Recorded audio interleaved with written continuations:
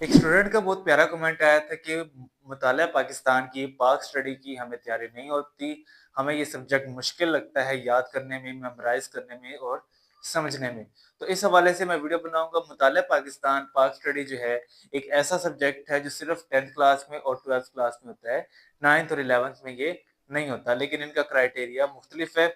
अगर हम बात करें 10th क्लास की और 12th क्लास की, इसमें हम 4-5 लिहाज से दोनों की मुतालिया पाकिस्तान को डिस्कस करेंगे कि मार्क्स जो है इनके कितने हैं, कितने लॉन्ग क्वेश्चन आएँगे, कितने मार्क्स के लॉन्ग, शॉर्ट और एमसीक्यूज़ होंगे और कहाँ से ज़्यादा आएँगे तो जिसकी वजह से आप जो है वो ज़्यादा अच्छा स्कोर कर पाएँगे।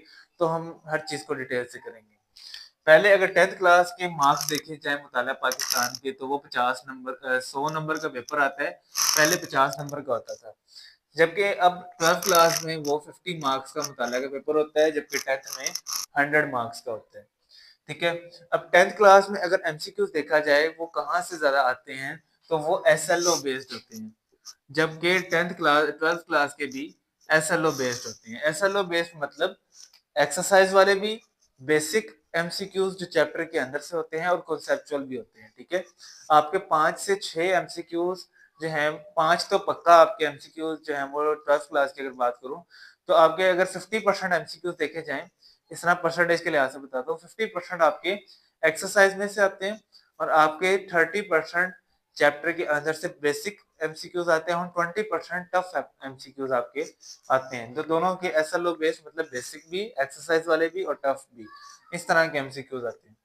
उसके बाद जो अगर आपकी शॉर्ट क्वेश्चन की बात की जाए 10th क्लास की, तो वो आपकी अगर 80% बात की जाए तो एक्सरसाइज की प्लस बेसिक डेफिनेशंस होती हैं, ठीक है?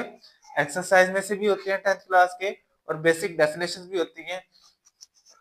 ये होता है 80% और 20% आपका होता है कॉन्सेप्ट वाइज, ठीक है?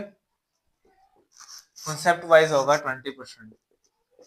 उसके बाद अगर 12th की बात की जाए तो इसमें आपकी एक्सरसाइज और चैप्टर के अंदर से मेन पॉइंट्स ज्यादा पूछे जाते हैं शॉर्ट के तौर पे, कॉन्सेप्चुअल कम होता है। उसके बाद जो लॉन्ग क्वेश्चन की अगर बात की जाए 10th क्लास की, तो इन दोनों के आपने फॉलो करनी है पेयरिंग स्कीम।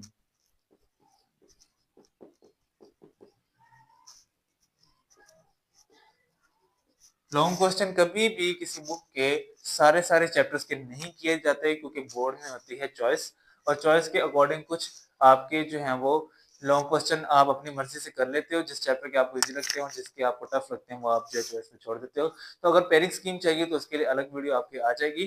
तो आपने जो लॉन्ग क्वेश्चन हैं वो पेयरिंग स्कीम के मुताबिक करने हैं। लेकिन जो स्टूडेंट था जिसका कमेंट आया था, वो कह रहा था कि मुझसे लॉन्ग क्वेश्चंस याद नहीं होते, तो लॉन्ग क्वेश्चन याद करने के लिए एक ट्रिक है, ऊपर आई बटन में आपको वीडियो का लिंक नजर आ जाएगा, उसको क्लिक करेंगे, आपको लॉन्ग क्वेश्चन ज़्यादा अच्छे से याद करने की ट्रिक मिल जाएगी।